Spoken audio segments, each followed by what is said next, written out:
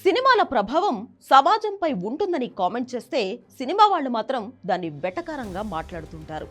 కొంతమంది హత్యలు చేసే విషయంలో, దోపిడీలు చేసే విషయంలో సినిమాను చూసి ఎక్కువగా ఇన్స్పైర్ అవుతూ ఉంటారు. ఈ మధ్య కాలంలో జరుగుతున్న హత్యల్లో ఎక్కువగా సినిమాలను చూసి చేస్తున్నవే ఉంటున్నాయి. లేటెస్ట్ గా తెలంగాణలో జరిగిన ఒక హత్య దేశవ్యాప్తంగా సెన్సేషన్ అయింది.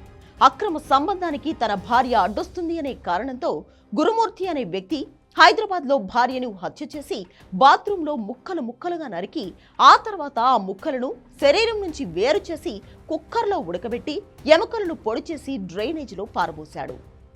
ఎటువంటి ఆధారాలు దొరకకుండా అతను చేసిన హత్య కేసు చూసి పోలీసులు కూడా భయపడిపోయారు. ఇక బాత్రూంలో దొరికిన రక్త నమూనాలు వంటి వాటితోనే పోలీసులు ఆరా తీయడం మొదలుపెట్టారు. ఇప్పటి వరకు ఆమె శరీరానికి సంబంధించి ఒక్క పార్ట్ కూడా పోలీసులు కనుగొనలేకపోయారు. అయితే ఈ హత్య వెనుక సూక్ష్మదర్శిని అనే మలయాళ సినిమా ప్రభావం ఉంది అనే విషయం బయటకు వచ్చింది. రీసెంట్ గా ఓటీటీలో రిలీజ్ అయిన ఈ సినిమాకు మంచి రెస్పాన్స్ వస్తోంది. ఈ సినిమా చూసిన గురుమూర్తి తన భార్య శవాన్ని ఏ విధంగా మాయం చేయాలో పక్కాగా ప్లాన్ చేసుకుని వర్కౌట్ చేశాడు.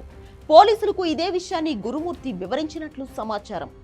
సూక్ష్మదర్శిని సినిమాతో తాను ఇన్స్పైర్ అయ్యారని, ఈ సినిమాలో దత్తత తీసుకున్న కూతురుని తల్లి కుమారుడు కలిసి హత్య చేస్తారని, అతని మృతదేహాన్ని మాయం చేసేందుకు శరీర భాగాలను ఒక ట్యాంక్లో వేసి కెమికల్స్ పోసి కరిగిస్తారని, ఆ నీళ్లను వాష్రూమ్ ఫ్లష్ ద్వారా వదులుతారని, అది సినిమాలో తాను చూశానని అతను వివరించాడు. ఇక మొదట భార్య శవాన్ని కుక్కర్లో ఉడికించి మాయం చేశారని పోలీసులకు వివరించాడు. శవాన్ని మాయం చేయడానికి యాసిడ్లను వినియోగించినట్లు సంచలన విషయాలు చెప్పుకొచ్చాడు. భార్యను హత్య చేసిన తర్వాత విషయం బయటపడితే ఆమె కుటుంబ సభ్యుల నుంచి హాని కలుగుతుందని భావించి ఆ శవాన్ని మాయం చేయాలని తాను నిర్ణయం తీసుకున్నారని, ఆ సినిమాలో మృతదేహాన్ని మాయం చేయడానికి యాసిడ్లో రసాయనాలు వినియోగించడం చూసి తాను కూడా అలా చేయాలనుకున్నారని చెప్పుకొచ్చాడు. రసాయనాలతో శవాన్ని కరిగించి ద్రవ్యంగా మార్చేస్తాడు ఆ సినిమాలో. ఆ నీటిని వాష్రూమ్ ద్వారా ఫ్లష్ చేసేస్తారు. కరగని ఎముకలను చిన్న చిన్న ముక్కలుగా తర్వాత పొడి చేసి ఫ్లష్ ద్వారా డ్రైనేజీలో వదిలేస్తారు. మీర్పేట్ మాధవి కేసులో కూడా నిందితుడు అలాగే శవాన్ని మాయం చేసి నేరం నుంచి తప్పించుకోవాలని ట్రై చేశాడు. రంపం కత్తితో శవాన్ని 3 ముక్కలుగా కోసి మాంసాన్ని బకెట్లో హీటర్తో ఉడికించాడు.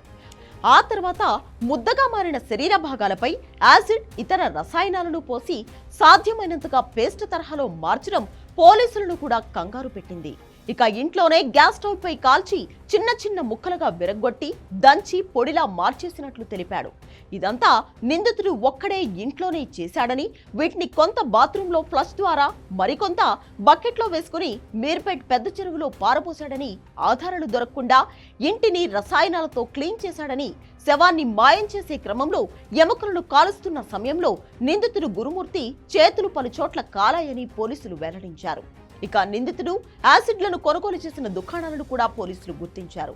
గదిలో రక్తపు ఆనవాళ్లు లేకుండా మాయం చేసే ఆధునిక సాంకేతిక పరిజ్ఞానం లేదు. నేలపై రక్తం మరకల్ని పోలీసులు గుర్తించారు.